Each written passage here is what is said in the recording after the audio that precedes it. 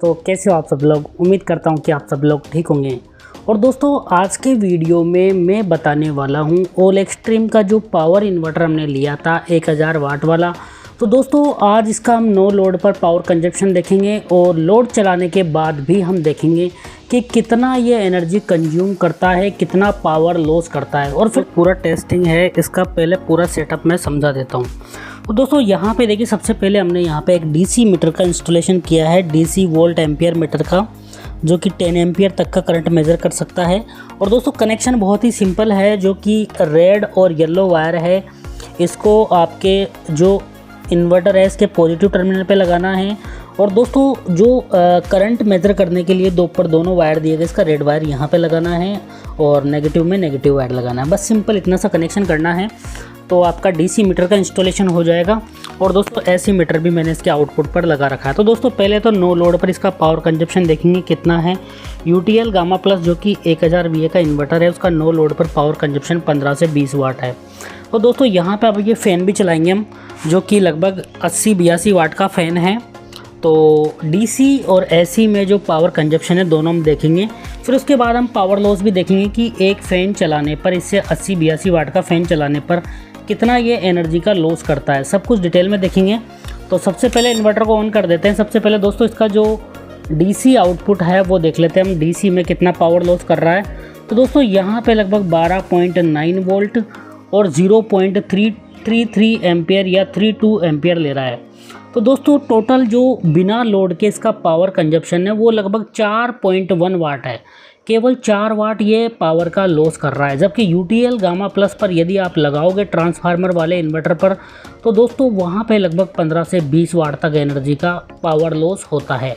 जबकि यहाँ पे ओनली 4 वाट की एनर्जी लॉस हो रही है। अब हम देखिए इसका आउटपुट भी मैं आपको दिखा देता हूँ, पहले भी मैं दिखा चुका हूँ। 220 वोल्ट आउटपुट में दे रहा है और 50 हर्ट्ज के समथिंग फ्रीक्वेंसी है। और ये थोड़ा सा 0.8 वाट दिखा रहा है, ये हमारे एनर्जी मीटर का पावर लॉस है। अब दोस्तों यहाँ पे मैं देखिए फ़ैन लगा देता हूँ, फिर उसके बाद आपको दिखाता हूँ। तो यहाँ पे हमने देखिए वायर कनेक्ट कर दिए एनर्जी मीटर के। अब दोस्तों हम फ़ैन का वायर भी लगा लेते हैं, जिससे कि आप लोगों को जो इसका पावर लॉस है वो मैं दिखा सकूँ। दोस्तों मैंने फ़ैन लगा दिया है यहाँ पे और फ़ैन स्टार्ट कर देता हूँ मैं।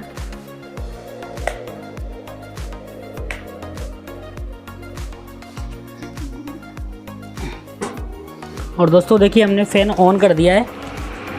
जो हमारा इन्वर्टर है इस पर हमने फ़ैन ऑन कर दिया है। देखिए तो हमारा फ़ैन चलना स्टार्ट हो गया है। और यहाँ पे आप पावर कंजप्शन देख सकते हो 80 वाट के समथिंग। एसी जो आउटपुट पावर है इसमें एसी वाट 80 वाट के समथिंग एनर्जी लॉस कर रहा है। और यहाँ पे देखें तो दोस्तों लगभग डीसी में देखें तो 11 वोल्ट और 7.83 एम्पियर ले रहा है। जैसा कि आप क्लियरली देख पा रहे होंगे दोस्तों, एसी में ये ले रहा है पावर लॉस। देखिए यहाँ पे क्लियरली मैं दिखा पा रहा हूँ आपको। देखिए फ़ैन चल रहा है, इसी से चल रहा है ये।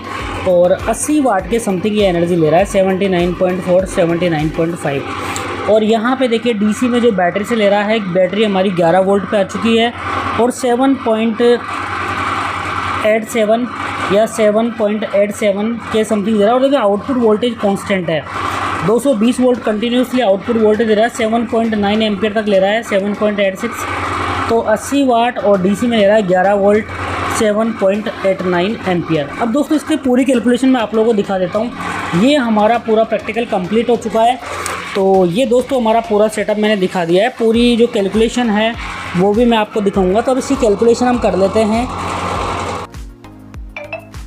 तो दोस्तों जब हमने स्टार्टिंग में इन्वर्टर पर कोई भी लोड नहीं लगाया, उस केस में हमारा जो पावर इन्वर्टर था वो बैटरी से वोल्टेज और एम्पियर ले रहा था, वो मैं आपको बता देता हूँ। तो नो लोड पे कितना बिना लोड के जो सेल्फ पावर कंजप्शन है इन्वर्टर का वो कितना है वो भी मैं आपको बता देता हूँ। तो दोस्तों जो हमारा इन्वर्टर है वो 12.9 वोल्ट और 0.32 एम्पियर ले रहा था हमारी बैटरी से। मतलब कि इसका नो लोड पावर कंजप्शन है 4.1 वाट के समथिंग केवल ये एनर्जी कंज्यूम करता है। यदि आप इन्वर्टर पर कोई भी लोड नहीं लगाओगे और बैटरी से कनेक्ट रखोगे तो दोस्तों ये टोटल पावर लॉस करेगा 4.1 वाट। अब इसके बाद दोस्तों हमने क्या किया, अब हमने एक 80 वाट का फ़ैन चलाया हमारे इन्वर्टर पर। उसके बाद हम देखेंगे कि बैटरी से कितना एम्पियर और वोल्टेज ले रहा है, मतलब कितना वाट ले रहा है, और आउटपुट में हमारे पंखे को कितना वाट एनर्जी दे रहा है। इसके बाद हम पावर लॉस भी देखेंगे और इन्वर्टर की एफिशिएंसी भी देखेंगे। तो दोस्तों हमारा जो डीसी वोल्ट एम मीटर था उसमें जो हमने वोल्टेज और एम्पियर नोट किया वो था दोस्तों 11 वोल्ट और 7.86 एम्पियर ये बैटरी से ले रहा था। तो इन दोनों को हम मल्टीप्लाई करेंगे तो दोस्तों हमारा जो इन्वर्टर है वो बैटरी से लगभग 86.46 वाट एनर्जी ले रहा था। और यहाँ पे एसी आउटपुट पावर की बात करें तो दोस्तों जो हमारा एसी वाट मीटर था उसमें एनर्जी आउटपुट था 79.5 वाट। अब दोस्तों हम पावर लॉस की बात कर ले तो यहाँ पे हमारा इन्वर्टर जो बैटरी से एनर्जी ले रहा था वो था 86.46 वाट, और हमारे पंखे को जो है हमारा पंखे को जो आउटपुट में एनर्जी दे रहा था वो दे रहा था 79.5 वाट। हमारा पंखा इतनी एनर्जी ले रहा था। तो जो इनपुट और आउटपुट एनर्जी दोनों का डिफरेंस करेंगे तो इन्वर्टर का पावर लॉस आ जाएगा। तो यहाँ पे 6.96 वाट के समथिंग टोटल एनर्जी का पावर लॉस हमें हो रहा था, जो कि लगभग 7 वाट होता है।